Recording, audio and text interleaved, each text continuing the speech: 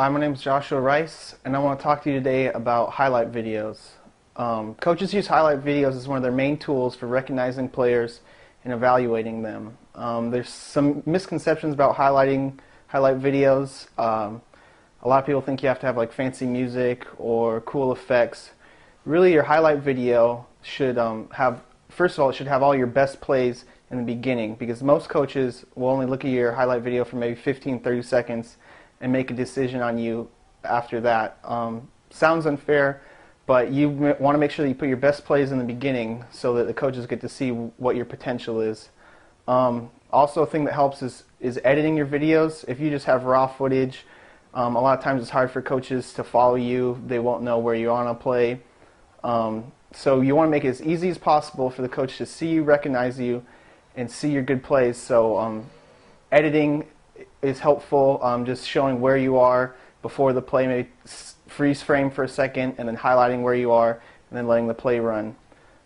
So a good highlighting video can definitely help you get noticed by college coaches.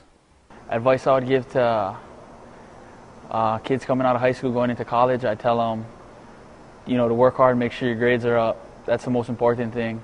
Well, that's the first thing that colleges will look at.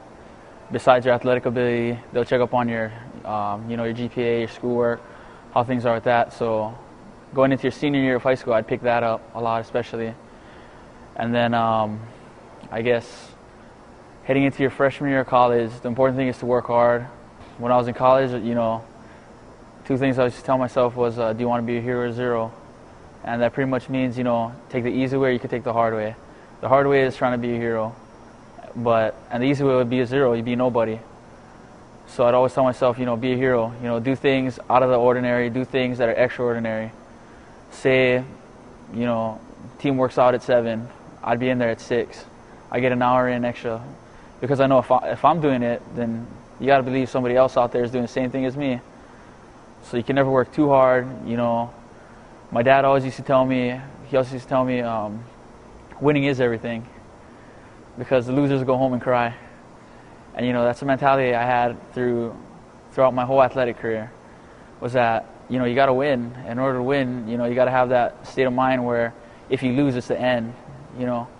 Because winners go on to be bigger, better, more successful. Losers, they go home.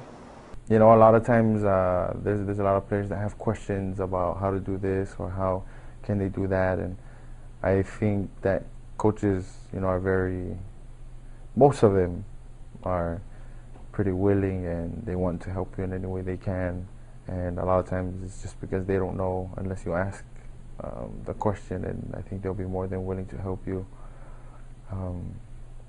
whether it's with school or with football or whatever sport, just working out, or how you can better yourself